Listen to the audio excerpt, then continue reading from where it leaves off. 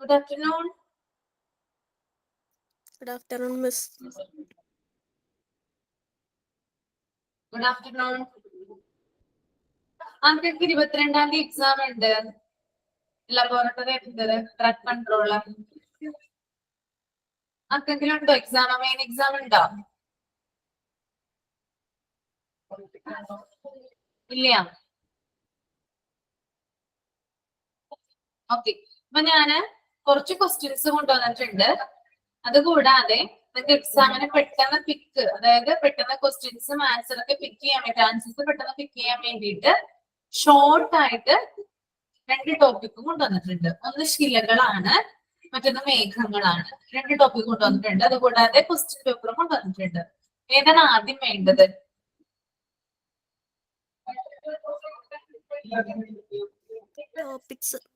Topics മതി അല്ലെ? അത് കഴിഞ്ഞിട്ട് നമുക്ക് എന്ത് ചെയ്യാം? ക്വസ്റ്റ്യൻ ആൻസർ ചെയ്യാം. ഓക്കെ,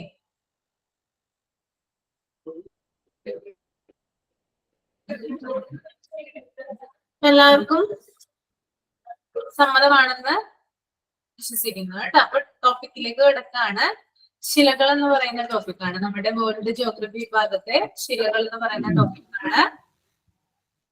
ശിലകളെ പ്രധാനമായിട്ടും 3ആയിട്ടാണ് തരംതിരിച്ചിരിക്കുന്നത്. ഡിവൈഡ് ചെയ്തിരിക്കുന്നത് 3ആയിട്ടാണ്. 3 തരത്തിലാണ് ശിലകളെ തരംതിരിച്ചിരിക്കുന്നത്. അതിനകത്ത് ഒന്നാണ് ആഗ്നേയ ശിലകൾ. ഓക്കെ, ആഗ്നേയ ശിലകളാണ് ഒരെണ്ണം. ഓക്കെ, രണ്ടാമത്തേത് അവസാദ ശിലകള്. ഏതാണ്? അവസാദ ശിലകള്. ഇനി തേർഡ് വൺ കായാന്തരിക ശിലകള്. കായാന്തരിക ശിലകള്. അപ്പോ ശിലകളെ പ്രധാനമായിട്ടും 3 ടൈപ്പിൽ എന്ത് ചെയ്തിട്ടുണ്ട്? ഡിവൈഡ് ചെയ്തിട്ടുണ്ട്. ഫസ്റ്റ് ഈസ് ആഗ്നേയ ശിലകൾ, സെക്കൻഡ് വൺ അവസാദ ശിലകള്. ആൻഡ് തേർഡ് വൺ കായാന്തരിക ശിലകൾ. ഓക്കെ, അപ്പൊ നമുക്ക് കൂടുതൽ ഫെമിലിയർ ആണ്, കൂടുതൽ ക്വസ്റ്റ്യൻസ് ചോദിക്കാറുണ്ട്. ഏത് തരം ശിലയാണ്, അല്ലെങ്കിൽ ഗ്രാനൈറ്റ് ഏത് തരം ശിലയാണ്, അല്ലെങ്കിൽ ബസാൾട്ട് ഏത് തരം ശിലയാണ് എന്നൊക്കെ എന്താണ് കൂടുതലായിട്ട് ചോദിച്ചു കണ്ടുവരാറുണ്ട്. അപ്പൊ നമുക്ക് ആദ്യം ആഗ്നേയ ശിലകൾ എന്ത് ചെയ്യാം, പരിചയപ്പെടാം. ഓക്കെ, നോട്ട് ചെയ്യുന്നുണ്ടോ നിങ്ങള്? നോട്ട് ചെയ്യുന്നു. ഓക്കെ.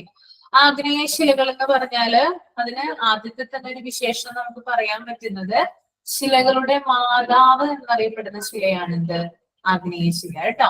ശിലകളുടെ മാതാവ് എന്നൊരു ക്വസ്റ്റ്യൻ ചോദിച്ചാല് അതിന് ആൻസർ ആയിട്ട് വരുന്നത് ആഗ്നേയ ശിലയാണ്. ശിലകളുടെ മാതാവ് ആഗ്നേയ ശില. പിന്നെ പ്രാഥമിക ശില എന്നറിയപ്പെടുന്ന ശിലയാണിത് ആഗ്നേയ ശില. പ്രാഥമിക ശില ഏതാണെന്ന് ചോദിച്ചാൽ അതും എന്ത് തന്നെയാണ്, ആഗ്നേയ ശിലയാണ്. ദെൻ അടിസ്ഥാന ശില എന്നറിയപ്പെടുന്നു അടിസ്ഥാന ശില. അപ്പൊ ഇതിൽ നിന്ന് തന്നെ, അതായത് ഇപ്പൊ പറഞ്ഞത് തന്നെ എന്താണ്, ഒരു 3 പോയിന്റ് ആയിട്ട് നമുക്ക് ചെയ്യാം അല്ലെ. അതായത് പ്രധാനപ്പെട്ട 3 പോയിന്റ്സ് ആണ് ഇപ്പൊ ഞാൻ പറഞ്ഞത്. ശിലകളുടെ മാതാവ് എന്നറിയപ്പെടുന്നു, പ്രാഥമിക ശില എന്നറിയപ്പെടുന്നു, അതുകൂടാതെ അടിസ്ഥാന ശില എന്നറിയപ്പെടുന്നത് ആരാണ്, ആഗ്നേയ ശിലയാണ്. ഓക്കെ, അതുകൂടാതെ ഭൂവൽക്കത്തിൽ ഏറ്റവും കൂടുതൽ കാണപ്പെടുന്ന ശില ഏതാണ്, അത് ആഗ്നേയ ശിലയാണ്. നമുക്ക് മൊത്തം ഇതെടുത്ത് നോക്കി നമ്മുടെ ഭൂവൽക്കം എടുത്ത് നോക്കുകയാണെങ്കിൽ അവിടെ ഭൂവൽക്കത്തിൽ ഏറ്റവും കൂടുതൽ കാണപ്പെടുന്ന ശില എന്ന് പറയുന്നത് ആഗ്നേയ ശിലയാണ് കേട്ടോ. ഓക്കെ, ദെൻ ഫോസിലുകൾ ഇല്ലാത്ത ശില. ഫോസിലുകൾ ഇല്ലാത്ത ശിലയാണത് ആഗ്നേയ ശില എന്ന് പറയുന്നത് കേട്ടോ. പോയിന്റ് ചെയ്ത് പോവാം. പെട്ടെന്ന് ഷോർട്ട് ആയിട്ടാണ് ഞാൻ ഈ നോട്ട് കൊണ്ടുവന്നിരിക്കുന്നത്. എക്സാം ഒക്കെ എടുത്ത സാഹചര്യത്തിലാണ് ഇങ്ങനൊരു ഷോർട്ട് നോട്ടായിട്ട് നിങ്ങൾക്ക് പ്രൊവൈഡ് ചെയ്യുന്നത് കേട്ടോ. അത് നിങ്ങൾക്ക് മാക്സിമം പ്രയോജനപ്പെടുത്തുക. ഓക്കെ, അപ്പോ ഫോസിലുകൾ ഇല്ലാത്ത ശിലയാണത് ആഗ്നേയ ശില എന്നറിയപ്പെടുന്നത്. പ്രധാനമായും ലോഹ അയിരുകൾ കാണപ്പെടുന്ന ശില. അതിന്റെ കൂടെ തന്നെയുള്ള ഒരു ഇമ്പോർട്ടന്റ് പോയിന്റ് ആണത്, ലോഹ അയിരുകള് കാണപ്പെടുന്ന ശിലയാണത് ആഗ്നേയ ശില എന്ന് പറയുന്നത്. ഞാൻ ഒന്നും കൂടി പറയാൻ കേട്ടോ. ശിലകളെ പ്രധാനമായിട്ടും 3 ആയിട്ട് തരംതിരിച്ചിരിക്കുന്നു: ആഗ്നേയ ശില, അവസാദ ശില, കായാന്തരിക ശില. ആഗ്നേയ ശിലയിൽ വരുന്ന ആഗ്നേയ ശിലയുടെ കാര്യമാണ് പറയുന്നത്. ശിലകളുടെ മാതാവ് എന്നറിയപ്പെടുന്നു, പ്രാഥമിക ശില എന്നറിയപ്പെടുന്നു, അടിസ്ഥാന ശില എന്ന് അറിയപ്പെടുന്നു. അതുകൂടാതെ ഭൂവൽക്കത്തിൽ ഏറ്റവും കൂടുതൽ കാണപ്പെടുന്ന ശിലയാണത് ആഗ്നേയ ശില. അതുകൂടാതെ ഫോസിലുകൾ ഇല്ലാത്ത ശില ഏതാണെന്ന് ചോദിച്ചു കഴിഞ്ഞാൽ ഏതാണ് ആൻസർ വരിക, ആഗ്നേയ ശിലയാണ്. അതുകൂടാതെ പ്രധാനമായും ലോഹ അയിരുകൾ കാണപ്പെടുന്ന ശിലയാണത് ആഗ്നേയ ശില. ഓക്കെ, പിന്നെ അതുപോലെ തന്നെ ഞാൻ പറഞ്ഞല്ലോ ശിലകളുടെ മാതാവ് എന്നറിയപ്പെടുന്ന ശിലയാണത് ആഗ്നേയ ശില അല്ലെ. അതുപോലെ തന്നെ വേറൊരു വിശേഷണം ഉള്ളതാണ് ഇതിന്, അഗ്നിപർവ്വത ജന്യശില എന്നറിയപ്പെടുന്നു. അഗ്നി പർവ്വത ജന്യശില എന്നറിയപ്പെടുന്ന ശില ഏതാണ്, ആഗ്നേയ ശില. ആ ടൈം ഒന്ന് എഴുതി വെക്കുക കേട്ടോ. അഗ്നിപർവ്വത ജന്യശില എന്നറിയപ്പെടുന്നത് ആഗ്നേയ ശിലയാണ്. ഇനി ആഗ്നേയ ശിലകള് പ്രധാനമായും 2 തരത്തിലാണുള്ളത്. ഓക്കെ, നിങ്ങൾ കേട്ടിട്ടുണ്ടോ എത്ര തരത്തിലുണ്ട് ആഗ്നേയ ശിലകള്? ആഗ്നേയ ശിലകളിൽ തന്നെ 2 ആയിട്ട് തരംതിരിച്ചിട്ടുണ്ട്. ആരെങ്കിലും കേട്ടിട്ടുണ്ടോ? ഇല്ല, ആരും കേട്ടിട്ടില്ല. ഓക്കെ, ബാഹ്യജാതശില ആദ്യത്തേതാണ് ബാഹ്യജാതശിലകള്. രണ്ടാമത്തേത് അന്തർവേദ ശിലകൾ കേട്ടോ. അപ്പൊ ഞാൻ ഈ പറയുന്നത് എന്താണ്, ആഗ്നേയ ശിലകളെ വീണ്ടും 2 ആയിട്ട് തിരിച്ചിരിക്കുന്നത്. ശിലകളെ 3 ആയിട്ടാണ് തിരിച്ചിരിക്കുന്നത്. അതിനകത്ത് ആദ്യ ശിലയായിട്ടുള്ള ആഗ്നേയ ശിലയെ 2 ആയിട്ട് ഡിവൈഡ് ചെയ്യുന്നു. 1 ബാഹ്യജാത ശിലകള്, 2 അന്തർവേദ ശിലകള്. ഓക്കെ, ഈ ബാഹ്യജാത ശിലകൾക്ക് ഉദാഹരണമാണ് ബസാൾട്ട് എന്ന് പറയുന്നത് കേട്ടോ. അപ്പൊ കൂടുതലും അങ്ങനെ ചോദിക്കാമല്ലോ, നമ്മൾ ക്വസ്റ്റ്യൻ പേപ്പറിൽ കൂടുതലായിട്ട് കണ്ടുവരുന്നത് എന്താണ്, ആഗ്നേയ ശിലകൾക്ക് ഉദാഹരണമായിട്ട് താഴെ പറയുന്നവയിൽ ഏതാണെന്നാണ് കൊടുത്തിരിക്കുക. പക്ഷെ അതിന്റെ തന്നെ എന്ത് വരുന്നുണ്ട്, സബ് ഡിവിഷൻ ആയിട്ട് എന്ത് വരുന്നുണ്ട്, ബാഹ്യജാത ശില വരുന്നുണ്ട്. അപ്പൊ ബാഹ്യജാത ശിലകൾക്ക് ഉദാഹരണമാണെന്ത്, ബസാൾട്ട് എന്ന് പറയുന്നത്. അത് ആഗ്നേയ ശില തന്നെയാണ്, അതിന്റെ കീഴിൽ വരുന്നത് മാത്രം കേട്ടോ. അപ്പൊ ബാഹ്യജാത ശിലകൾക്ക് ഉദാഹരണമായിട്ട് വരുന്നതാണ് ബസാൾട്ട്. ഓക്കെ, ബസാൾട്ട് ബാഹ്യജാത ശിലയാണ്, ആഗ്നേയശിലകളില് ഉൾക്കൊള്ളുന്നവയാണ്. ഓക്കെ, ദെൻ ഈ ബാഹ്യജാത ശിലനെ കുറിച്ച് ഞാൻ പറഞ്ഞല്ലോ. ഈ ബാഹ്യജാത ശിലകൾക്ക് അപക്ഷയം സംഭവിച്ചുണ്ടാകുന്ന മണ്ണാണെന്ത്? റിഗർ മണ്ണ്. ഓക്കെ, റിഗർ മണ്ണ് എന്നറിയപ്പെടുന്നത് കേട്ടോ, അതായത് കറുത്ത മണ്ണ്. ഓക്കെ, ബാഹ്യജാത ശിലകൾക്ക് അപക്ഷയം, ഓക്കെ, അതിന് ഡാമേജ് സംഭവിച്ചു അല്ലെങ്കിൽ എന്താണ്, അത് പൊടിഞ്ഞുണ്ടാകുന്ന മണ്ണാണെന്ത്? റിഗർ മണ്ണ് അഥവാ കറുത്ത മണ്ണ് എന്ന് അറിയപ്പെടുന്നത്. ഓക്കെ, ഈ കറുത്ത മണ്ണിന്റെ പ്രത്യേകത എന്താ? ഏത് കൃഷിക്കാണ് അത് അനുയോജ്യമായിട്ടുള്ളത്? ഏത് കൃഷിക്ക് ആ, പരുത്തി കൃഷിക്ക് ഉദാഹരണം അല്ലെ, പരുത്തി കൃഷിക്ക് അനുയോജ്യമായിട്ടുള്ള മണ്ണാണെന്ത്? റിഗർ മണ്ണ്. ഓക്കെ, ഇനി ഞാൻ പറഞ്ഞു ബാഹ്യജാത ശിലയെ കൂടാതെ രണ്ടാമത്തെ ടൈപ്പ് ശിലയാണ് ആഗ്നേയ ശിലകളെ തരംതിരിച്ചിരിക്കുന്നത്. ഏതാണ് പറഞ്ഞിരുന്നത്? ഏതാ പറഞ്ഞിരുന്നത്? അന്തർവേദശില. അന്തർവേദശിലകൾക്ക് ഉദാഹരണം ഏതാ വരിക? അന്തർവേദശിലകൾക്ക് ഉദാഹരണം ഗ്രാനൈറ്റ് വരും കേട്ടോ, ഗ്രാനൈറ്റ്. അതുകൂടാതെ ബത്തോലിറ്റ്സ്. ബത്തോലിറ്റ്സ് എന്ന് പറയുന്ന ശില കേട്ടോ, ബത്തോലിറ്റ്സ്. ഓക്കെ, ബത്തോലിറ്റ്സ് അതും എന്താണ്? അന്തർവേദ ശിലയാണ്. ഓക്കെ, അപ്പോ ആഗ്നേയ ശിലകളില് ബാഹ്യജാത ശിലകൾക്ക് ഉദാഹരണം ഏതാ വരാ? ബാഹ്യജാത ശില അന്തർവേദ ശിലക്ക് ഉദാഹരണോ? ഗ്രാനൈറ്റ്, ഓക്കെ, ബാഹ്യജാത ശിലകൾക്ക് അപക്ഷയം സംഭവിച്ചുണ്ടാകുന്ന മണ്ണോ? ഏതാ മണ്ണ്? റിഗർ മണ്ണ് അഥവാ കറുത്ത മണ്ണ്. ഓക്കെ, ഇനി ആഗ്നേയ ശിലകളുടെ വിശേഷണങ്ങളൊക്കെ ഒന്ന് പറഞ്ഞേ. ആദ്യത്തേത് എന്ത് പറയാം നമുക്ക്? ശിലകളുടെ മാതാവ്. ശിലകളുടെ മാതാവ് എന്ന് പറയാം അല്ലെ. പിന്നെ പ്രാഥമിക ശില, അടിസ്ഥാന ശില. ആ, ഓക്കെ, ഭൂവൽക്കത്തിൽ ഏറ്റവും കൂടുതൽ കാണപ്പെടുന്നു. ആ, ഭൂവൽക്കത്തിൽ ഏറ്റവും കൂടുതൽ ശില. പ്രധാനമായും ലോഹായിരുകൾ കാണപ്പെടുന്നു. അഗ്നിപർവ്വതജന്യശില. അത് ഇമ്പോർട്ടന്റ് ആണ് കേട്ടോ. ഓക്കെ, കിട്ടിയോ? അപ്പോ ശിലകള് ആഗ്നേയ ശില മനസ്സിലായി. ഷോർട്ട് ആയിട്ട് തന്നതാണ് ഇത്. ഷോർട്ട് ആയിട്ട് തന്നെ പഠിച്ചു പോവാ. എക്സാം അടുത്ത് വരികയാണ്, അതുകൊണ്ടാണ് ഡീറ്റെയിൽ ആയിട്ട് നോക്കാതെ ഷോർട്ട് ആയിട്ട് പെട്ടെന്ന് പഠിച്ചു പോവാ. നെക്സ്റ്റ് വൺ, രണ്ടാമത്തെ ശില ഏതാ വരിക? ആഗ്നേയ ശില കഴിഞ്ഞാൽ അവസാദ ശിലയാണ് കേട്ടോ, അവസാദ ശിലയാണ്. അവസാദ ശിലകൾ രൂപം കൊള്ളുന്നത് എങ്ങനെയാ? നമ്മൾ SCERT-യില് ഒരു ചാപ്റ്റർ നോക്കിയിട്ടുണ്ടായിരുന്നു. എങ്ങനെയാണ് രൂപം കൊള്ളുന്നത് അമ്പിളി? അവസാദ ശിലകള് അവസാദങ്ങൾ അടിഞ്ഞുകൂടി. അവസാദങ്ങൾ അടിഞ്ഞുകൂടി അല്ലെ. അപ്പൊ അതെങ്ങനെ, ആരാ കൊണ്ടുവരുന്നത്?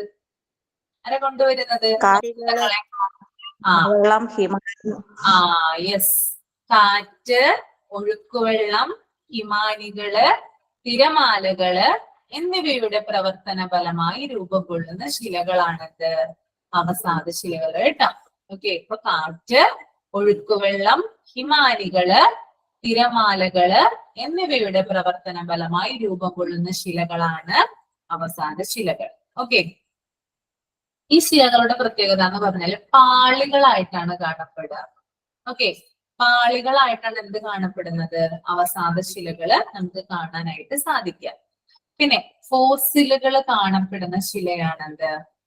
അവസാദ ശില. കാരണം അതാ ധാരാളം സാധനങ്ങൾ ഇങ്ങനെ ഒഴുകി വരികയാണല്ലോ, അതുകൊണ്ട് തന്നെ എന്താണ്, ഫോസിലുകൾ അവിടെ കാണപ്പെടാനുള്ള സാധ്യത കൂടുതലാണ്. അപ്പൊ ഫോസിലുകൾ കാണപ്പെടുന്ന ശിലയാണ്. അതുപോലെ തന്നെ കൽക്കരി, പെട്രോളിയം എന്നിവ കാണപ്പെടുന്ന ശിലയാണ്. ഓക്കെ, അവസാദ ശില, കൽക്കരിയും പെട്രോളിയവും ഒക്കെ കാണപ്പെടുന്ന ശില ഏതാണെന്ന് ചോദിച്ചാല് അത് അവസാദ ശിലയാണ്. അതുകൂടാതെ ഫോസിലുകളും കാണപ്പെടുന്ന ശിലയാണെന്ന് അവസാദ ശില. എങ്ങനെയാണ് ഒഴുക്കിക്കൊണ്ട് വരുന്നത്? അത് കാറ്റോ അല്ലെങ്കിൽ ഒഴുക്കുവെള്ളമോ ഹിമാനികളോ തിരമാലയോ അവയുടെയൊക്കെ പ്രവർത്തന ഫലമായിട്ട് രൂപം കൊള്ളുന്ന ശിലകളെയാണ് നമ്മൾ എന്ത് പറയുന്നത്? അവസാദ ശിലകൾ എന്ന് പറയുന്നത്. ഓക്കെ, ഇനി നമുക്ക് അവസാദ ശിലകളെ 3 ടൈപ്പിൽ തരംതിരിക്കാം. അതായത് ബലകൃതമായി രൂപം കൊള്ളുന്ന അവസാദ ശിലകളുണ്ട്, ജൈവ വസ്തുക്കളിൽ നിന്ന് രൂപം കൊള്ളുന്ന അവസാദ ശിലകളുണ്ട്. കൂടാതെ രാസപ്രക്രിയയിലൂടെ രൂപം കൊള്ളുന്ന അവസാദ ശിലകളുണ്ട് കേട്ടോ. അപ്പൊ നമുക്ക് ആദ്യം നോക്കാം ബലകൃതമായി രൂപം കൊള്ളുന്ന അവസാദ ശിലകൾ എന്തൊക്കെയാണെന്ന്. ഓക്കെ, ബലകൃതമായി രൂപം കൊള്ളുന്ന അവസാദ ശിലകൾ. ഒന്ന് ഷെയില്. ഓക്കെ, ഷെയില് ബലപ്രദമായി രൂപം കൊള്ളുന്ന അവസാദ ശിലകൾക്ക് ഉദാഹരണമാണ് ഷെയില്. രണ്ടാമത്തത് കളിമണ്ണ്. മൂന്നാമത്തത് മണൽക്കല്ല്. ഓക്കെ, ഷെയില്, കളിമണ്ണ്, മണൽക്കല്ല്. ഇതെങ്ങനെയാ രൂപം കൊള്ളുന്നേ? ബലകൃതമായാണ് രൂപം കൊള്ളുന്നത് കേട്ടോ. ഷെയില്, കളിമണ്ണ്, മണൽക്കല്ല്. ഓക്കെ, രണ്ടാമത്തത് ജൈവ വസ്തുക്കളിൽ നിന്നും രൂപം കൊള്ളുന്ന അവസാദ ശിലകൾ. ജൈവ വസ്തുക്കളിൽ നിന്ന് രൂപം കൊള്ളുന്നത് കൽക്കരി. ഓക്കെ, കൽക്കരി എന്താണ്? ജൈവ വസ്തുക്കളിൽ നിന്ന് രൂപം കൊള്ളുന്നതാണ്. Then chalk. ഓക്കെ, ചോക്ക് ജൈവ വസ്തുക്കളിൽ നിന്ന് രൂപം കൊള്ളുന്ന അവസാദ ശിലയാണ്. ദെൻ ചുണ്ണാമ്പ് കല്ല്. ചുണ്ണാമ്പ് കല്ല് എന്താ? ജൈവ വസ്തുക്കളിൽ നിന്നാണ് രൂപം കൊള്ളുന്നത്. ദെൻ ഒരു കൂട്ടത്തിന് നമ്മൾ വിട്ടുപോയി, കൽക്കരിയുടെ കൂടെ നമ്മൾ പറയുന്നതാണ് പെട്രോളിയം. അതും എന്ത് തന്നെയാണ്? ജൈവ വസ്തുക്കളിൽ നിന്ന് രൂപം കൊള്ളുന്ന അവസാദ ശിലയാണ്. ഓക്കെ, അപ്പൊ ബലകൃതമായി രൂപം കൊള്ളുന്ന അവസാദ ശിലകൾ ഏതൊക്കെയാ? ഷൈൽ, കളിമണ്ണ്, മണൽക്കല്ല്. മണൽക്കല്ല്. ആ, ഇനി ജൈവ വസ്തുക്കളിൽ നിന്ന് രൂപം കൊള്ളുന്നതോ? കൽക്കരി, കൽക്കരി, പെട്രോളിയം, ചോക്ക്, ചുണ്ണാമ്പ്. ചുണ്ണാമ്പ് കല്ല്, പെട്രോളിയം അല്ലെ? ഓക്കെ, ഇനി രാസപ്രക്രിയയിലൂടെ രൂപം കൊള്ളുന്നത് ഏതാപ്പോ? അറിയാമോ നിങ്ങൾക്ക്? ജിപ്സം. ജിപ്സം അല്ലെ? രാസപ്രക്രിയയിലൂടെ രൂപം കൊള്ളുന്നവയാണ്. അതിന് ഉദാഹരണമായി ആ ഒരു അവസാദ ശിലയ്ക്ക് എക്സാമ്പിൾ ആയിട്ട് വരുന്നതാണ് ജിപ്സം. ഓക്കെ, ഇനി അതുപോലെ തന്നെ കാറ്റ് നിക്ഷേപിച്ചുണ്ടാകുന്ന അവസാദ ശിലയെ നമ്മൾ ഒരു പേര് വിളിക്കും. അതറിയാമോ ആർക്കെങ്കിലും? ലോയ്സ് കേട്ടോ. കാറ്റ് നിക്ഷേപിച്ചിട്ടാണ് അവസാദ ശില ഉണ്ടാകുന്നതെങ്കിൽ അതിനെ വിളിക്കുന്നതാണ് എന്ത്? ലോയ്സ് എന്ന് പറയുന്നത്. ഓക്കെ, അപ്പോ അവസാദ ശിലകൾ രൂപം കൊള്ളുന്നത് കാറ്റ്, ഒഴുക്കുവെള്ളം, ഹിമാനികള്, തിരമാലകൾ എന്നിവയുടെ പ്രവർത്തന ഫലമായി രൂപം കൊള്ളുന്ന ശിലകളെയാണ് അവസാദ ശിലകൾ എന്ന് പറയുന്നത്. പാളികളായിട്ടാണ് ഇവ കാണപ്പെടുന്നത്. കൂടാതെ ഫോസിലുകൾ കാണപ്പെടുന്ന ശിലയാണ്. കൽക്കരി, പെട്രോളിയം എന്നിവ കാണപ്പെടുന്ന ശില. ഇനി ബലകൃതമായി രൂപം കൊള്ളുന്ന അവസാദ ശിലയാണെന്ത്? ഷെയില്, കളിമണ്ണ്, മണൽക്കല്ല്.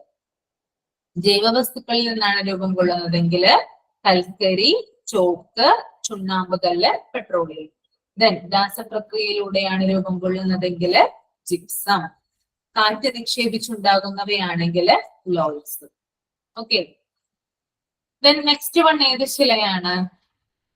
കായാന്തരിക ശിലകൾ. കായാന്തരിത ശില അല്ലെ? ഓക്കെ, ഉയർന്ന താപത്തിന്റെയും മർദ്ദത്തിന്റെയും ഫലമായി ശിലകൾ ഭൗതിക രാസമാറ്റത്തിന് വിധേയമായി രൂപം കൊള്ളുന്ന ശിലകളെയാണ് എന്ത് പറയുന്നത്? കായാന്തരിക ശിലകൾ എന്ന് പറയുന്നത്. അപ്പോ ഉയർന്ന താപമോ അല്ലെങ്കിൽ മർദ്ദമോ അതിന്റെയൊക്കെ ഒരു ആഫ്റ്റർ എഫക്റ്റ് ആയിട്ട് ശിലകൾക്ക് എന്ത് സംഭവിക്കുന്നു? ഫിസിക്കലായിട്ടും കെമിക്കലായിട്ടുള്ള ചേഞ്ചുകൾ വരുന്നു. അങ്ങനെ ഉണ്ടാകുന്ന ശിലകളാണ് കായാന്തരിക ശിലകൾ എന്ന് പറയുന്നത്. അപ്പൊ ശിലയുടെ തന്നെ ഒരു ഫോമിൽ ഇരിക്കുന്നതായിരിക്കും. പക്ഷെ പ്രകൃതിയിൽ ഉയർന്ന മർദ്ദമോ അല്ലെങ്കിൽ എന്താ പറയാ താപമോ കാരണം ആ ശിലകൾക്ക് ഫിസിക്കൽ ചേഞ്ച് ഉണ്ടാവുകയോ ഭൗതിക മാറ്റം ഉണ്ടാവുകയോ അല്ലെങ്കിൽ കെമിക്കൽ ചേഞ്ച് അതായത് രാസമാറ്റം ഉണ്ടാവുകയോ ചെയ്തിട്ട് ഉണ്ടാകുന്ന ശിലകളാണെന്ന് കായാന്തരിക ശിലകൾ എന്ന് പറയുന്നത്. കായാന്തരിക ശിലകൾക്ക് ഉദാഹരണങ്ങൾ എന്തൊക്കെയാ വരുന്നത്? കായാന്തരിക ശിലകള് marble, granite. Marble, slate, schist. Okay, marble ഉണ്ട്, സ്ലേറ്റ് ഉണ്ട്, നൈസ് ഉണ്ട്, ഷിസ്റ്റ് ഉണ്ട്. ഓക്കെ, അതുപോലെ തന്നെ കേരളത്തിൽ ഏറ്റവും കൂടുതൽ കാണപ്പെടുന്ന ശിലയാണെന്ത്? കായാന്തരിക ശില. ഓക്കെ, ഇമ്പോർട്ടന്റ് ആയിട്ടുള്ള ഒരു ക്വസ്റ്റ്യൻ ആണ് കേട്ടോ അത്. കേരളത്തിൽ ഏറ്റവും കൂടുതൽ കാണപ്പെടുന്ന ശില ഏതാണെന്ന് ചോദിച്ചാൽ അത് കായാന്തരിക ശിലയാണ്. ഓക്കെ, എന്താണ് കായാന്തരിക ശില എന്ന് പറഞ്ഞേ? ഉയർന്ന ഊഷ്മാവിലും ശിലകൾ രാസപരമായ മാറ്റം വഴിയുണ്ടാകുന്ന ശിലകൾ. ഉയർന്ന താപത്തിന്റെയും മർദ്ദത്തിന്റെയും ഫലമായി ശിലകൾ ഭൗതിക രാസമാറ്റത്തിന് വിധേയമായി രൂപം കൊള്ളുന്നതാണെന്ത്? കായാന്തരിക ശില. ഉദാഹരണം marble, slate, nice, schist. Okay, ഇത്രയും കാര്യങ്ങളാണ് എന്ത് ഷോർട്ട് ആയിട്ട് കൊണ്ടുവന്നത് കേട്ടോ. ക്ലിയർ ആയോ? നിങ്ങൾക്ക് പെട്ടെന്ന് പഠിക്കാൻ പറ്റില്ലേ? ഡൗട്ട് ഉണ്ടാവില്ല. അധികം നമ്മൾ വലിച്ചു വാരി പഠിക്കണ്ട കേട്ടോ. ഇങ്ങനെ തന്നെ പഠിച്ചു. കായാന്തരിക ശിലക്ക് ഉദാഹരണം പറഞ്ഞതാണ്. Marble, slate, nice, schist. Marble, slate, nice, schist. Okay okay.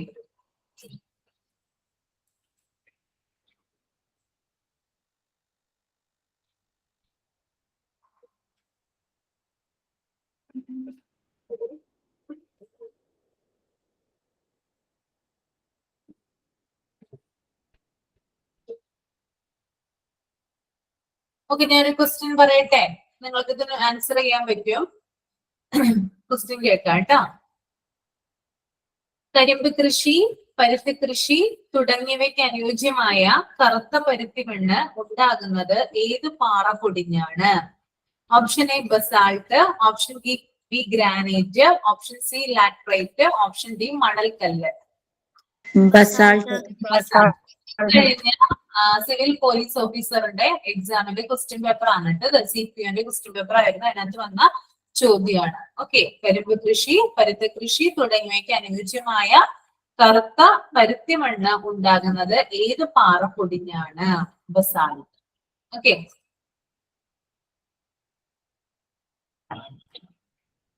Clear ആയല്ലോ? ഒന്നുകൂടി പറയണ്ടല്ലോ ഇനി. ക്ലിയർ ആയില്ലേ? ക്ലിയർ ആയി.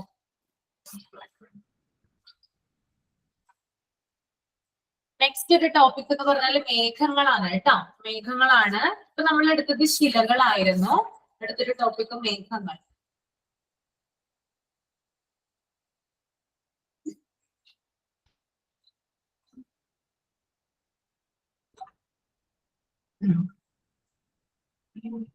ഓക്കെ, അപ്പൊ മേഘങ്ങളെ കുറിച്ച് നമ്മൾ പഠിക്കുമ്പോൾ ആദ്യം തന്നെ ചോദിക്കുന്ന ഒരു ചോദ്യമാണ്, മേഘങ്ങളെ കുറിച്ചുള്ള പഠനം എന്താണ്? എന്താണ് മേഘങ്ങളെ കുറിച്ചുള്ള പഠനം? Study of clouds. പറഞ്ഞോളൂ രേവതി, ദിനേശ് അറിയാം. നെഫോളജി. നെഫോളജി ആണ്. ഓക്കെ, മേഘങ്ങളെ കുറിച്ചുള്ള പഠനം നെഫോളജി എന്ന് അറിയപ്പെടുന്നു കേട്ടോ. നെഫോളജി ആണ് മേഘങ്ങളെ കുറിച്ചുള്ള പഠനം. ഓക്കെ, ഇനി അടുത്തൊരു ചോദ്യമാണ്, മേഘങ്ങളുടെ ചലനം, ദിശ, വേഗത എന്നിവ അളക്കുന്ന ഉപകരണം ഏതാണ്? ഏതാ? മേഘങ്ങളുടെ ചലനങ്ങള്, അവയുടെ ദിശ, അവയുടെ വേഗത എന്നിവ അളക്കുന്ന ഒരു ഉപകരണമുണ്ട്. നമ്മൾ നെഫോളജി എന്ന് പറഞ്ഞില്ലേ, ആ പേരിൽ തന്നെ ഉണ്ട് ആ പേര് കേട്ടോ. ഏതായിരിക്കും അപ്പൊ ഉപകരണത്തിന്റെ പേര്? നെഫോസ്കോപ്പ് കേട്ടോ. നെഫോസ്കോപ്പ് എന്നാണ് ഉപകരണത്തിന്റെ പേര്. മേഘങ്ങളെ കുറിച്ച്, മേഘത്തിന്റെ ചലനം അല്ലെങ്കിൽ മേഘത്തിന്റെ ദിശ എവിടെയാണ്, അവയുടെ സഞ്ചാരത്തിന്റെ വേഗത എത്രയാണ് എന്നൊക്കെ അളക്കുന്ന ഉപകരണത്തിന്റെ പേരെന്താണ്? നെഫോസ്കോപ്പ് എന്നാണ്. അപ്പൊ പഠനം അറിയപ്പെടുന്നത് നെഫോളജി എന്നാണെങ്കിൽ മേഘങ്ങളെ കുറിച്ച് പഠിക്കുന്ന ആ ഉപകരണത്തിന്റെ പേര് അല്ലെങ്കിൽ അത് അളക്കുന്ന ഉപകരണത്തിന്റെ പേരെന്ന് പറയുന്നത് നെഫോസ്കോപ്പ് ആണ്. രണ്ട് ക്വസ്റ്റ്യൻ കിട്ടിയെന്ന് വിചാരിക്കുന്നു. ദെൻ മേഘങ്ങളെ ഇങ്ങനെ ആദ്യമായിട്ട് വർഗീകരിച്ചത് ആരാണ്? മേഘങ്ങളെ വർഗീകരിച്ചത്, അതായത് മേഘങ്ങളുടെ ഓരോ മേഘങ്ങളും എന്താണ്? വ്യത്യസ്തമാണ് അല്ലെ? ഓക്കെ, നമ്മൾ പല പല ക്വസ്റ്റ്യൻസ് കണ്ടിട്ടുണ്ട്, പല പേപ്പറിലായിട്ട് പല ക്വസ്റ്റ്യൻസ് കണ്ടിട്ടുണ്ട്. ഇന്ന തരത്തിലുള്ള മേഘങ്ങളെയോ അല്ലെങ്കിൽ ആ കാണുന്ന മേഘങ്ങൾ ഏത് തരത്തിലുള്ളവയാണ്, അങ്ങനെയുള്ള പല ക്വസ്റ്റ്യൻസും കണ്ടിട്ടുണ്ട്. അപ്പൊ അങ്ങനെ ഒരു മേഘത്തിന് എന്താ പറയാ, സോർട്ട് ചെയ്തത്, മേഘങ്ങളെ ഇന്ന മേഘങ്ങളാണ്, അവയുടെ ക്യാരക്ടറിസ്റ്റിക്സ് ഇങ്ങനെയാണെന്നൊക്കെ എന്താണ് സോർട്ട് ചെയ്തത് ഒരാളാണ്. ആളുടെ പേരാണെന്ത്? ലൂക്ക് ഹൊവാൾഡ് എന്നറിയപ്പെടും കേട്ടോ. ലൂക്ക് ഹൊവാൾഡ്. മേഘങ്ങളെ ആദ്യമായിട്ട് വർഗീകരിച്ചത് ആരാണെന്ന് ചോദിച്ചാല് ലൂക്ക് ഹൊവാൾഡ് എന്ന് പറയുന്ന വ്യക്തിയാണ്. ഓക്കെ, അപ്പൊ മേഘങ്ങളെ കുറിച്ചുള്ള പഠനമാണ് നെഫോളജി. മേഘങ്ങളുടെ ചലനം, ദിശ, വേഗത എന്നിവ അളക്കുന്ന ഉപകരണമാണ് നെഫോസ്കോപ്പ്. മേഘങ്ങളെ ആദ്യമായിട്ട് വർഗീകരിച്ചത് ലൂക്ക് ഹൊവാൾഡ് എന്ന് പറയുന്ന വ്യക്തിയാണ്. ഓക്കെ, ഇനി ദൃശ്യമാകുന്ന, ശ്രദ്ധിച്ചിരിക്കുക കേട്ടോ, ദൃശ്യമാകുന്ന രൂപത്തിന്റെ അടിസ്ഥാനത്തിൽ മേഘങ്ങളെ നമുക്ക് മൂന്നായിട്ട് തിരിക്കാം. നമ്മളുടെ വിഷൻ ഉണ്ടല്ലോ, നമ്മുടെ കാഴ്ചയില് നമ്മൾക്ക് ദൃശ്യമാകുന്ന രൂപം ഉണ്ടല്ലോ, മേഘങ്ങളുടെ രൂപങ്ങള്, അതിന്റെ അടിസ്ഥാനത്തിൽ നമുക്ക് എന്ത് ചെയ്യാം, മേഘങ്ങളെ മൂന്നായിട്ട് തിരിക്കാം. ഓക്കെ, മൂന്നെണ്ണമാണ്. അതിനകത്ത് ആദ്യത്തേതെന്ന് പറയുന്നത് സ്ട്രാറ്റസ് മേഘങ്ങളാണ്. ഓക്കെ, ഫസ്റ്റ് വൺ സ്ട്രാറ്റസ് മേഘങ്ങൾ, സെക്കൻഡ് വൺ ക്യുമുലസ് മേഘങ്ങൾ, തേർഡ് വൺ സിറസ് മേഘങ്ങൾ. ഓക്കെ, അപ്പൊ ഞാൻ ഈ പറയുന്ന ഒരു ക്ലാസിഫിക്കേഷൻ എങ്ങനെയാ വരുന്നേ, രൂപമാകുന്ന അല്ലെങ്കിൽ ദൃശ്യമാകുന്ന രൂപത്തിന്റെ അടിസ്ഥാനത്തിൽ മേഘങ്ങളെ മൂന്നായിട്ട് തിരിക്കാം. സ്ട്രാറ്റസ് മേഘങ്ങൾ, ക്യുമുലസ് മേഘങ്ങൾ, ദെൻ സിറസ് മേഘങ്ങൾ. ഓക്കെ, ഇനി സ്ട്രാറ്റസ് മേഘങ്ങളെ കുറിച്ചിട്ടാണ് പറയുന്നത്. ഭൗമോപരിതലത്തോട് ചേർന്ന് സ്ഥിതി ചെയ്യുന്ന പ്രധാന മേഘവിഭാഗമാണിത് സ്ട്രാറ്റസ് മേഘങ്ങൾ എന്ന് പറയുന്നത്. ഭൗമോപരിതലത്തോട് ചേർന്ന് സ്ഥിതി ചെയ്യുന്ന പ്രധാന മേഘവിഭാഗത്തെയാണ് നമ്മൾ സ്ട്രാറ്റസ് മേഘങ്ങൾ എന്ന് പറയുന്നത്. ദെൻ രണ്ടാമത്തത് ശൈത്യകാല മേഘങ്ങൾ എന്നറിയപ്പെടുന്നത് സ്ട്രാറ്റസ് മേഘങ്ങളാണ്. ശൈത്യകാലം ഉണ്ടല്ലോ, നമ്മുടെ ഡിസംബർ ഫെബ്രുവരി ആ മാസങ്ങളിൽ ഉണ്ടാകുന്ന മേഘങ്ങളാണെന്ത്, സ്ട്രാറ്റസ് മേഘങ്ങൾ കേട്ടോ. അപ്പോ ശൈത്യകാല മേഘങ്ങൾ എന്നറിയപ്പെടുന്ന ഏത് മേഘങ്ങളാണ്, സ്ട്രാറ്റസ് മേഘങ്ങളാണ്. ദെൻ മൂടൽ മഞ്ഞായി മാറുന്ന മേഘങ്ങൾ. ശൈത്യകാലത്ത് ആയതുകൊണ്ട് തന്നെ എന്തുണ്ടാവും, ധാരാളം മഞ്ഞുണ്ടാവും അല്ലെ. അപ്പൊ മൂടൽ മഞ്ഞായിട്ട് ആകാശത്ത് കാണപ്പെടുന്ന മേഘങ്ങളാണെന്ത്, ഈ ഒരു സ്ട്രാറ്റസ് മേഘങ്ങൾ എന്ന് പറയുന്നത്. ഓക്കെ, അപ്പോ ഭൗമോപരിതലത്തോട് ചേർന്ന് സ്ഥിതി ചെയ്യുന്ന പ്രധാന മേഘവിഭാഗമാണ് സ്ട്രാറ്റസ് മേഘങ്ങൾ. ശൈത്യകാല മേഘങ്ങൾ എന്നറിയപ്പെടുന്നു. മൂടൽ മഞ്ഞായി മാറുന്ന മേഘങ്ങൾ എന്നറിയപ്പെടുന്നു.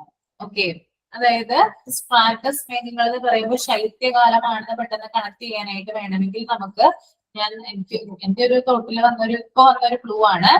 സ്ട്രാറ്റസ് എന്ന് പറയുമ്പോൾ നമുക്ക് സ്ട്രോബെറി ആയിട്ട് ഉപമിക്കാം. ഓക്കെ, സിമിലർ ആയി അല്ലെ. സ്ട്രാറ്റസ് എന്ന് പറയുമ്പോൾ സ്ട്രോബെറി ആയിട്ട് നമുക്കൊന്ന് ഉപമിക്കാം. സ്ട്രോബെറി കിട്ടുന്നത് എവിടെയാ, മഞ്ഞ്, അതായത് മഞ്ഞുള്ള ആ ഒരു സ്ഥലത്താണ് കൂടുതലായിട്ട് സ്ട്രോബെറിയുടെ ഒരു പ്രൊഡക്ഷൻ നടക്കുക. അപ്പോ ആ ഒരു ഇത് സ്ട്രോബെറി സ്ട്രാറ്റസ്, ആ ഒരു ഇതിനെ കണക്ട് ചെയ്തുകൊണ്ട് എന്ത് ചെയ്യാം, ശൈത്യകാല മേഘങ്ങൾ എന്നറിയപ്പെടുന്ന മേഘങ്ങളാണ് സ്ട്രാറ്റസ് മേഘങ്ങൾ നമുക്ക് പഠിച്ചു വെക്കുക കേട്ടോ. ഓക്കെ, അതുപോലെ തന്നെ രാത്രികാലങ്ങളിൽ ദൃശ്യമാകുന്ന മേഘം. അപ്പോ നിങ്ങളോട് ഞാനിപ്പോ ക്വസ്റ്റ്യൻ ചോദിക്കുകയാണ്, ശൈത്യകാല മേഘങ്ങൾ എന്നറിയപ്പെടുന്ന മേഘങ്ങൾ ഏതാ? ഇപ്പൊ ശൈത്യകാലത്ത് ഞാൻ ചോദിക്കുമ്പോ തന്നെ നിങ്ങളുടെ മനസ്സിൽ സ്ട്രോബെറി വരും. ഇപ്പൊ തന്നെ അതിന് ഉത്തരം കിട്ടി, സ്ട്രാറ്റസ്. ക്ലിയർ ആയോ പറഞ്ഞത്? ഓക്കെ, പിന്നെ അതുപോലെ തന്നെ മൂടൽ മഞ്ഞായി മാറുന്ന മേഘങ്ങൾ ഏതാണെന്ന് ചോദിച്ചാലും അതും ശൈത്യകാലവുമായി ബന്ധപ്പെട്ടതാണ്. അതും നമുക്ക് സ്ട്രോബെറി ആയിട്ട് കണക്ട് ചെയ്യാം. ദെൻ സ്ട്രാറ്റസ് മേഘങ്ങൾ, ആ ഒരു സ്ട്രാ കിട്ടാൻ വേണ്ടിയിട്ടാണ് കേട്ടോ പറഞ്ഞു തന്നത്. അതുപോലെ തന്നെ രാത്രികാലങ്ങളിൽ ദൃശ്യമാകുന്ന മേഘമാണിത്, സ്ട്രാറ്റസ് മേഘങ്ങൾ കേട്ടോ. നമുക്ക് രാത്രികാലങ്ങളിൽ ആരെ കാണാൻ പറ്റും, സ്ട്രാറ്റസ് മേഘങ്ങളെ ആകാശത്ത് കാണാനായിട്ട് സാധിക്കും. ഇനി ആകാശത്തിന് ചാരനിറം നൽകുന്ന മേഘങ്ങളാണ്. വൈകുന്നേരം ആകുമ്പോൾ അല്ലെങ്കിൽ രാത്രിയാകുമ്പോൾ ഭയങ്കരമായിട്ട് ഡാർക്ക് കളറിലായിരിക്കും അല്ലെ. അതായത് എന്തൊക്കെയോ വന്ന് ഇരുണ്ടുകൂടിയിരിക്കുന്നത് പോലെ കാണാനായിട്ട് നമുക്ക് സാധിക്കും. അപ്പൊ മഴ പെയ്യുന്ന ആ സമയത്തല്ല, മഴ പെയ്യാത്ത സമയത്ത് നമ്മളൊന്ന് ആകാശം നോക്കി കഴിഞ്ഞാല് അമ്പിളിമാമന്റെ അടുത്തായിട്ട് എന്തുണ്ടാകും, മേഘങ്ങൾ ഇങ്ങനെ ചാരനിറത്തില് മൂടി പൊതിച്ച് കിടക്കുന്നുണ്ടാവും അല്ലെ. ആ മേഘങ്ങൾ എന്ന് പറയുന്നത് ഏത് മേഘങ്ങളാ, സ്ട്രാറ്റസ് മേഘങ്ങളാണ്. ഓക്കെ, അപ്പോ ആകാശത്തിന് ചാരനിറം, ആ ഡാർക്ക് കളർ കൊടുക്കുന്ന മേഘങ്ങളാണെന്ത്, സ്ട്രാറ്റസ് മേഘങ്ങൾ എന്നറിയപ്പെടുന്നത്. പിന്നെ രാത്രികാലങ്ങളിൽ ദൃശ്യമാകുന്ന മേഘമാണെന്ത്, സ്ട്രാറ്റസ് മേഘം. അതുപോലെ തന്നെ മോശം കാലാവസ്ഥയിലും മഴച്ചാറ്റിലുള്ള അവസരങ്ങളിലും ദൃശ്യമാകുന്ന മേഘം. ഇപ്പോ ഭയങ്കര മോശമായിട്ടുള്ള ബാഡ് ആയിട്ടുള്ള ഒരു കാലാവസ്ഥ ക്ലൈമറ്റ് ആണ് നമുക്കുള്ളതെങ്കിൽ, അല്ലെങ്കിൽ മഴച്ചാറ്റിലുള്ള അവസരങ്ങൾ, മഴച്ചാറ്റിലൊക്കെ അതായത് ഭയങ്കരമായിട്ട് മഴ പെയ്യുന്നില്ല എന്നാലും മഴ ചാറുന്നുണ്ട്, അങ്ങനെയൊക്കെ ആകുമ്പോൾ എന്താണ് ദൃശ്യമാകുന്ന മേഘം എന്ന് പറയുന്നത് സ്ട്രാറ്റസ് മേഘങ്ങളാണ് കേട്ടോ. ഓക്കെ, ഒന്നും കൂടി പറയാം. സ്ട്രാറ്റസ് മേഘങ്ങള് ഭൗമോപരിതലത്തോട് ചേർന്ന് സ്ഥിതി ചെയ്യുന്ന പ്രധാന മേഘവിഭാഗമാണ് സ്ട്രാറ്റസ് മേഘങ്ങൾ. ശൈത്യകാല മേഘങ്ങൾ എന്നറിയപ്പെടുന്നു. മൂടൽമഞ്ഞായി മാറുന്ന മേഘങ്ങൾ. ഓക്കെ, ദെൻ രാത്രികാലങ്ങളിൽ ദൃശ്യമാകുന്ന മേഘം. രാത്രികാലങ്ങളിൽ ദൃശ്യമാകുന്ന മേഘം ആകാശത്തിന് ചാരനിറം നൽകുന്ന മേഘങ്ങള് മോശം കാലാവസ്ഥയിലും മഴച്ചാറ്റിലുള്ള അവസരങ്ങളിലും ദൃശ്യമാകുന്ന മേഘം. ഇതൊക്കെ എന്ത് മേഘങ്ങളാണ്? സ്ട്രാറ്റസ് മേഘങ്ങൾ. സ്ട്രാറ്റസ് മേഘങ്ങൾ. ഓക്കെ, രണ്ടാമത്തേതാണ് ക്യുമുലസ് മേഘങ്ങൾ. കുറച്ചും കൂടി ഫെമിലിയർ ആണ് അല്ലെ ക്യുമുലസ് മേഘങ്ങൾ എന്ന് പറയുന്നത്. ക്യുമുലസ് എന്ന് പറയുമ്പോൾ തന്നെ നമ്മുടെ മനസ്സിൽ വരുന്നതാണ് പഞ്ഞിക്കെട്ടുകൾ പോലെ കാണപ്പെടുന്നത്. ഓക്കെ, നിങ്ങളുടെയൊക്കെ മനസ്സിൽ വന്നില്ലേ അത് ഞാൻ പറഞ്ഞപ്പോ? വന്നല്ലേ? പക്ഷെ നമുക്ക് സ്ട്രാറ്റസ് അങ്ങനെ കിട്ടില്ല, അതുകൊണ്ടാണ് ഞാൻ ആ സ്ട്രോബെറി ആയിട്ട് കണക്ഷൻ തന്നത് കേട്ടോ. ഇപ്പൊ ക്യുമുലസ് മേഘങ്ങൾ എന്ന് പറഞ്ഞാല് ആകാശത്ത് പഞ്ഞിക്കെട്ടുകൾ പോലെ കാണപ്പെടുന്ന മേഘങ്ങളെയാണ് എന്ത് പറയുന്നത്? ക്യുമുലസ് മേഘങ്ങൾ എന്ന് പറയുന്നത്. ഓക്കെ, നമ്മളൊന്ന് എന്താ പറയാ ഉച്ച സമയത്തേക്ക് ഒന്നിച്ചു കഴിഞ്ഞിട്ടൊക്കെ ഒന്ന് പുറത്തേക്കൊക്കെ ഇറങ്ങിക്കഴിഞ്ഞാല് 2-2:30 ആകുമ്പോൾ ഇറങ്ങിക്കഴിഞ്ഞാല് കൂടുതലായിട്ട് അത് ദൃശ്യമാകും. പഞ്ഞിക്കെട്ടുകൾ പോലെ നമുക്ക് കാണാനായിട്ട് സാധിക്കും. അതുപോലെ തന്നെ ചെമ്മരിയാടിന്റെ രോമക്കെട്ടുകൾ പോലെ കോളിഫ്ലവറിന്റെ ആകൃതിയിൽ കാണപ്പെടുന്ന മേഘമാണെന്ത്? ക്യുമുലസ് മേഘങ്ങൾ. അപ്പോ പഞ്ഞിക്കെട്ട് പോലെ കാണപ്പെടുന്നു, ചെമ്മരിയാടിന്റെ രോമക്കെട്ട് പോലെ കാണപ്പെടുന്നു, ദെൻ കോളിഫ്ലവറിന്റെ ആകൃതിയിൽ കാണപ്പെടുന്നു. ഇതൊക്കെ എന്ത് തരം മേഘങ്ങളാണ്? എന്തുതരം മേഘങ്ങളാണ്? 3 ഞാൻ പറഞ്ഞു. ഏതൊക്കെയായിരുന്നു പറഞ്ഞേ? സുരഭി പറഞ്ഞേ 3 ക്യുമുലസ് മേഘങ്ങളെ കുറിച്ചിട്ട്. പഞ്ഞിക്കെട്ടുകൾ പോലെ ആകാശത്ത് കാണപ്പെടുന്നു, ചെമ്മരിയാടിന്റെ രോമങ്ങളുടെ പോലെ കാണപ്പെടുന്നു, പിന്നെ കോളിഫ്ലവറിന്റെ ആകൃതിയിൽ കാണപ്പെടുന്നു. ഇതൊക്കെ എന്താണ്? ക്യുമുലസ് മേഘങ്ങളാണ്.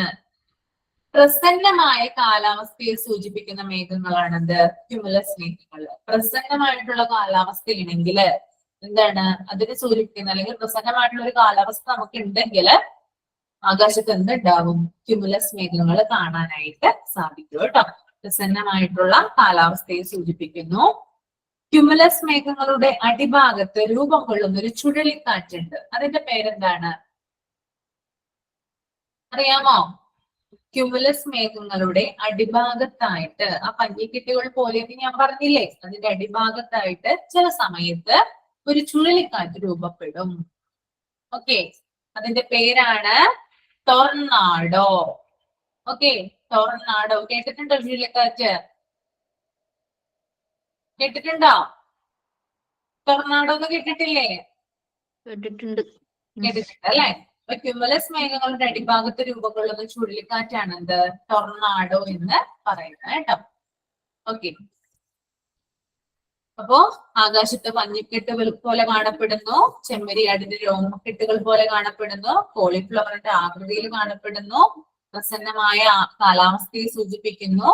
അതുപോലെ തന്നെ ഇതൊക്കെ ഏത് ക്ലാസിഫിക്കേഷനാണ്? ക്യുമുലസ് മേഘങ്ങളുടെ സവിശേഷതകളാണ് പറയുന്നത്.